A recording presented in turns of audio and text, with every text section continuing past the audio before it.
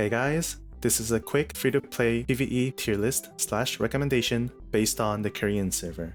And I have everything written down, so feel free to just pause it and read through everything if you wanna. If not, I'll try to explain a little bit more into detail on why the tier list is how it is. So first off, we have the Rogue. The Rogue is a long-range support DPS. He has great party buffs. He also has slows and knockbacks for the enemy. And he does deal pretty decent damage. Do note that he has low defense, but he has a dash class skill to get out of those tricky situations.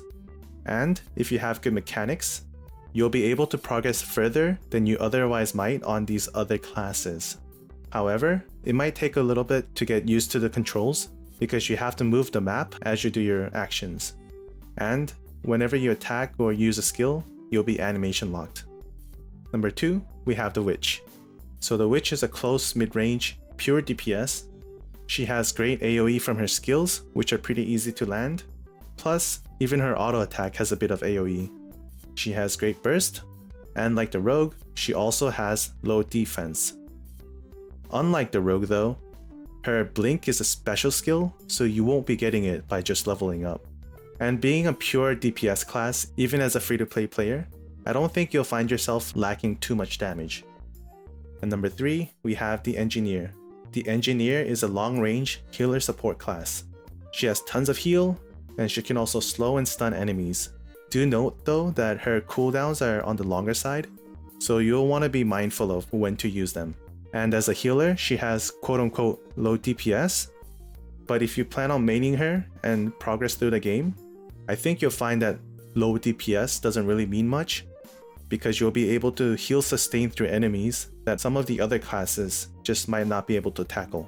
And with that, we have the 2 melee classes left. In this game, melee classes kinda suck. Reason being that bosses have huge AoE mechanics, which can be hard to dodge as a melee class. First of all, since you're melee, you're gonna be right in front of their face.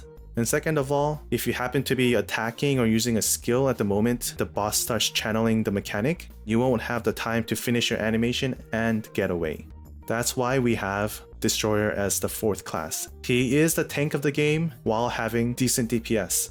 Also, he has the one sole skill in the game that allows you to move while you channel the skill, aka spin to win.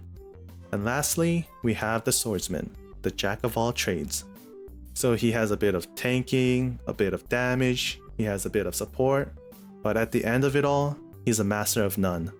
And he has a knockback and a dash, and this is semi kind of important. So that's a free-to-play tier list for PvE content. And if you're one of those people who like to leave their computer on overnight and auto battle, then there's also the auto battle tier list. Do note though, this list is for the more later stages in the game rather than the early game. And in tier 1, we have the Witch, Engineer, and the Destroyer. The Witch is kind of an obvious choice because she has such insane DPS and AoE, but you might be wondering why the Engineer and the Destroyer are in the tier 1 list. So even though the Engineer and the Destroyer might have less damage than, for example, the Rogue, they can sustain through enemy hits with either heal or by just being super tanky, and survive the damage to kill tougher enemies, which kind of balances it out with Witch's high insane DPS but low defense. And under that tier is the Rogue.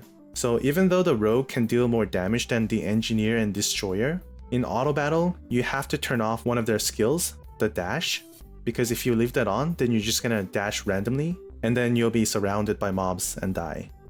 And then at the bottom of the tier, yet again, is the Swordsman. So the thing about the Swordsman is you have to get rid of the dash, because then you might dash randomly and die. You also have to turn off his knockback because you're melee. So you're turning off 2 skills, which means you're just using your melee attack and one other skill. And with that, that's the end of the free-to-play PvE tier list. I didn't really look into a PvP tier list because I heard the whales basically dominate the arena, so I'm not really too excited about that. I don't know, maybe global might be a little bit different. We'll have to see. I do want to note that Ni no Kuni Cross Worlds is an MMORPG, which is meant to be played for a long time, not just like a couple days or like a couple weeks. And playing daily is going to be what helps you progress the most. So in the end, I would say choose a class that you enjoy playing rather than chasing the tier list and playing something you find boring. Let me know what class you'll be maining. Let me know what you think about the tier list or not. Up to you. You do what you want. Yeah. Okay, bye.